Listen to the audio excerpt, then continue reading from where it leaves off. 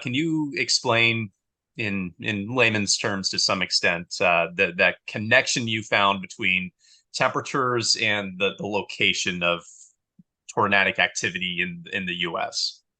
Basically, we look at the past more than 60 years tornado data, and we divide it into two periods. The first period is early from 1959 to 1988, and the second one is 1989 to 2018. And then we look at location difference between two periods, and we find there's significant difference shift toward the east and expand the northeast and the southeast. And this one is, as I said, is statistically significant, at least at the level 95%. And these two periods with the difference of temperature, the first period of the United States memory is colder than the last period. And for whole domain, I mean, like a continental United States, memory from west 130 west to 60 west, and 25 north to 50 north. So basically, we're using some statistical method called the discriminant analysis, and find this is very robust. Did you find any other factors beyond temperature that may have been connected to that shift eastward? Yes, we have some preliminary results show us, first of all, the moisture difference. As you know, like east part of United States, moisture is more rich than the west part. That's generally speaking. And second one, we find that the suddenly low-level jet started from Gulf of Mexico as slight like a shift toward the east. This is very interesting because first of all, this shift is bring more moisture into east part of the United States, and also generate lots of like shale. Because the shale, as you know, indicates the horizontal vorticity. And this one, tilted by vertical motion into the vertical, you have increased the spin up, which is necessary condition for supercell and tornado development. The plains, is the decrease in numbers out there due in part to the drought that's going on in the western U.S., or were you able to make any connection to that, or is that still to be determined? This part, somebody discussed this early, and this is something to do with like, could be related to the instability, atmospheric, unstable situation generated associated with convection. The professor Ag from Purdue University, he mentioned that this dry line could be indicated convection, initiation line, something like that. So I agree with that. This is the part of reason probably. So you studied approximately 60 years of data. Would you consider that a high enough sample size to make that connection between the tornado shifting and directly relating that to temperatures, or do you feel like you need more data? Yeah, in this paper, we mainly deal with the climatology. As you know, the climatology usually defined as the 30 years average. So we have more than 60 years data, and we have two 30 years period.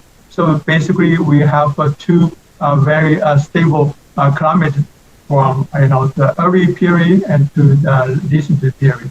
So this should be enough for climatologists. But on other aspect, we are not always have enough data for our research. We always aim at the more longer time period for data set. This is a tough question, somewhat speculative, but do you anticipate the eastward shift to continue over the next 60 years, or is that all hard to say at this point? To be honest with you, I don't know the answer to your question yet. whether it's continuously or just for this period only. We recently we look at more data. We already I have collaborated with my colleague in United States, and we're looking for recent data up to 2022, and we are doing that. See what happens, what we are going to find out, and let you know if I find something. So my last question is, what would it take for the tornado alley, so to speak, to maybe shift back to the traditional location of the Central Plains? Now, I understand are still plenty of tornadoes there right now, but maybe that tornado peak, that center, what would it take environmentally to see a shift back westward? First of all, we didn't say like traditional tornado area like Texas and Oklahoma disappeared. Still there. There's some evidence there, but the main way is we have a new center over the east, so that's basically what we say.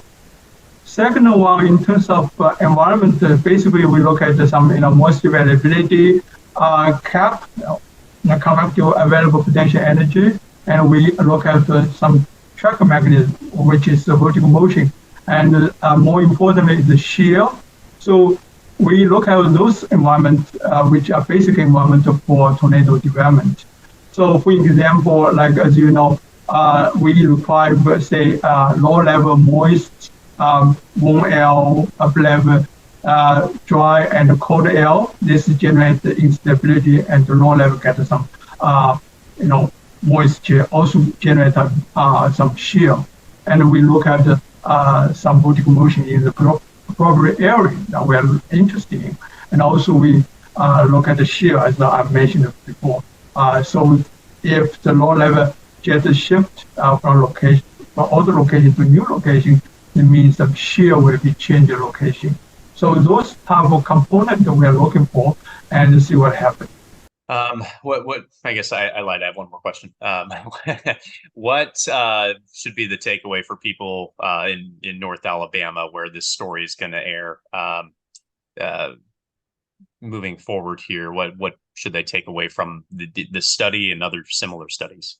This is a really important question because when we find out these results, we first of all think about the people in this area should take care of yourself, community, in terms of like climate adaptation and climate migration.